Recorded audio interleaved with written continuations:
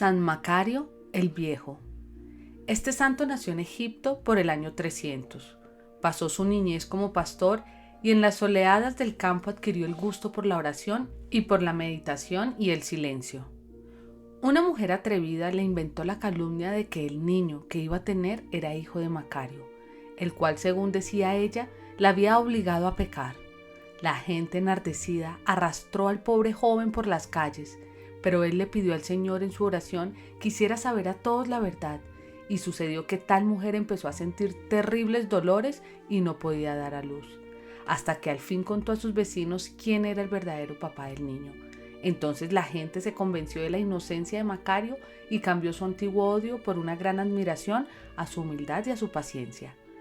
Para huir de los peligros del mundo, Macario se fue a vivir a un desierto de Egipto, dedicándose a la oración, a la meditación y a la penitencia. Allí estuvo 60 años.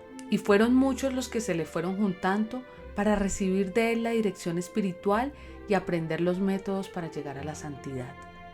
El obispo de Egipto ordenó de sacerdote a Macario para que pudiera celebrarles la misa a sus numerosos discípulos. Después fue necesario ordenar de sacerdote a 4 de sus alumnos para atender los 4 iglesias que se fueron construyendo allí, cerca de donde él vivía, porque eran centenares los cristianos que se habían ido a seguir su ejemplo de oración, penitencia y meditación en el desierto.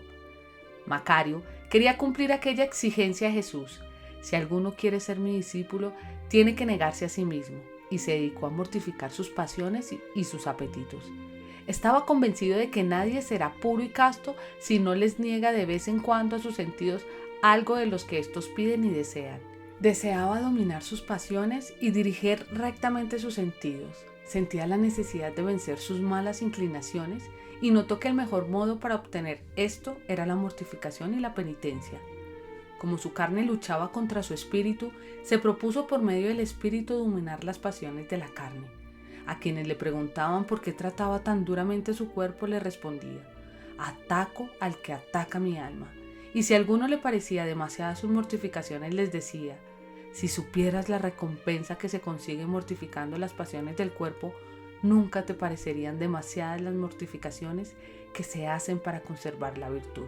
En aquellos desiertos con 40 grados de temperatura y un viento espantoso, caliente y seco, no tomaba agua ni ninguna otra bebida durante el día. En un viaje, al verlo torturado por la sed, un discípulo le llevó un vaso de agua, pero el santo le dijo: prefiero calmar la sed descansando un poco debajo de una palmera, y no tomó nada. Y a uno de sus seguidores le dijo un día: en estos últimos 20 años jamás he dado a mis sentidos todo lo que querían. Siempre los he privado de algo de lo que más deseaban. Dominaba su lengua y no decía sino palabra absolutamente necesaria. A sus discípulos les recomendaba mucho que como penitencia guardaran el mayor silencio posible y les aconsejaba que en la oración no emplearan tantas palabras. Que le dijeran a nuestro Señor: Dios mío, concédeme la gracia que tú sabes que necesito, y que repitiera aquella oración del Salmo: Dios mío, ven en mi auxilio, Señor, date prisa en socorrerme.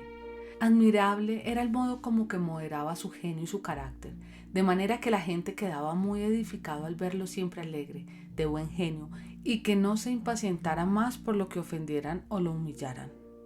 A un joven que le pedía consejos de cómo librarse de la preocupación del qué dirán los demás, lo mandó a un cementerio a que les dijera un montón de frases duras a los muertos. Cuando volvió, le preguntó Macario: ¿qué te respondieron los muertos? No me respondieron nada, le dijo el joven.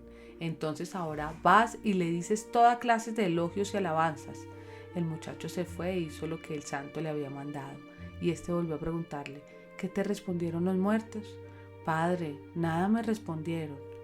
Pues mira, le dijo el hombre de Dios, tú tienes que ser como los muertos, ni entristecerte porque te critican y te insultan, ni enorgullecerte porque te alaban y te felicitan, porque tú eres solamente lo que eres ante Dios y nada más ni nada menos.